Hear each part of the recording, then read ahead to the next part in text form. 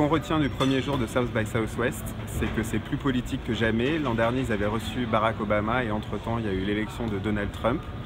Donc cette année, la conférence d'ouverture, c'est Cory Booker, un sénateur américain du New Jersey, qui nous fait carrément un prêche sur l'amour, qui va essayer de réunifier un pays qu'on sent assez divisé et assez traumatisé par l'élection. Puis c'est l'interview de Jake Tapper, la star de CNN, qui a fait une interview de Kellyanne Conway où il a parlé, il a débattu avec elle des fameux alternative facts et qui nous dit qu'aujourd'hui, en fait, l'administration qu'il a en face de lui est tellement obsédée de la contre-vérité que les faits sont en train de devenir une sorte de nouveau punk rock. Alors, il y a une conférence qui m'a vraiment frappé aujourd'hui, c'est la conférence de Pavel Machalek de Space Now, que je ne connaissais pas,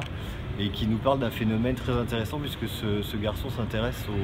à l'observation de la Terre depuis les satellites et à l'apport de l'intelligence artificielle à ces satellites. Il nous dit un truc très simple, il nous dit on est habitué à ce que aujourd'hui le digital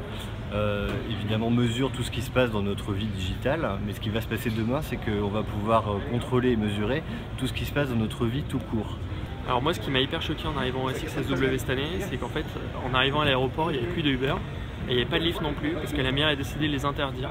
Et en fait, ce qui s'est passé, c'est que plutôt que qu'il n'y ait plus de services comme ça, qu'il n'y ait que des taxis, il y a eu une explosion du nombre de services. Et en fait, ça m'a fait penser à un truc incroyable, c'est que aujourd'hui, la technologie, elle a décloisonné tous les services et que maintenant,